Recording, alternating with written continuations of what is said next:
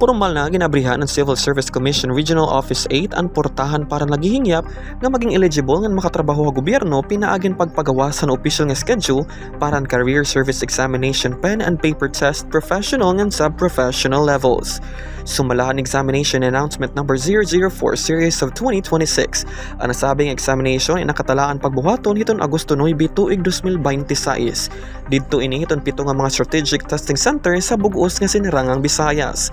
Ang Civil Service Commission ay nagpapahinumdum nga ang application period intitikangan iton Mayo 14 tuig 2026 nga matatapos iton Hunyo 10. Gintagan liwatin doon ang komisyon nga ang filing in pagbubuhaton pinaagin online portal ha website nga www.services.csc.gov.ph.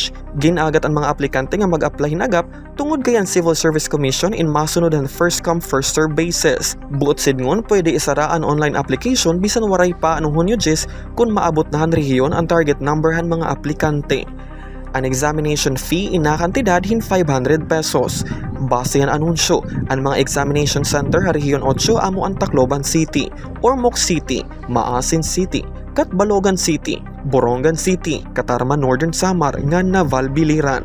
Ha syudad ng Borongan nag-alutaga ang CSC in 1,850 available slots para ang professional level, ngan 100 nga slot para naman ang sub-professional level. Base makakuha ng exam, kinahanglan ang aplikante ino sa nga Filipino citizen. At least 18 anyos ang edad ha adlawan pag-file, nga waray record in pagkatanggal sa serbisyo tungod ang administrative offense o criminal record. Ginpahayag liwat ni Attorney Marilyn E. Taldo, Director 4 and Civil Service Regional Office 8, ang seryoso nga sanksyon kontrahan bisan ano nga pormahin cheating. Ginpahayaga anunsyo nga ang paggamit hin kodigo, impersonation nga na illegal nga pagreproduce ang test materials in may karampatan nga mabugat nga penalidad sumalahan balaod.